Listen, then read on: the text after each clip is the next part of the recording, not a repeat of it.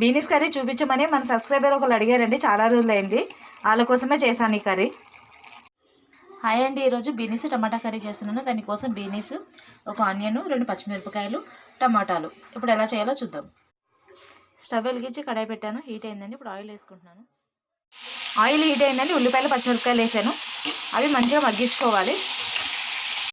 ఉల్లిపాయలు వేగిపోయినాయండి. 1 స్పూన్ అల్లం వెల్లిపాయ పేస్ట్ వేసుకున్నాను. అది కూడా పచ్చివాసన పోయేదాకా వేపుకోవాలి. అల్లం వెల్లిపాయ పేస్ట్ కూడా మగ్గిపోయిందండి. ఇప్పుడు కట్ చేసుకున్న బీన్స్ ముక్కలు వేస్తున్నాను. అవి కూడా 5 మినిట్స్ మగ్గించుకోవాలి. బీన్స్ మగ్గిపోయినాయండి. ఇప్పుడు కట్ చేసుకున్న టమాటాలు వేసుకుంటున్నాను. టమాటాలు మగ్గడం కోసం ఉప్పు వేసినండి, కూరకు సరిపడినంత. కొంచెము పసుపు వేసి కలిపి మూత పెట్టి మగ్గించుకోవాలి. ఒకసారి చూద్దామండి. టమాటా మగ్గిపోయింది. ఇప్పుడు కారం వేసుకుందాము. 1.5 స్పూన్ కారం అండి.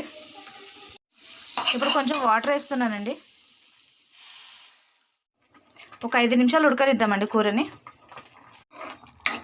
కూర దగ్గరకు వచ్చిందండి, అయిపోయింది. బీన్స్ టమాటా కర్రీ రెడీ అయిపోయింది. ఒకసారి ఇలా ట్రై చేసి చూడండి.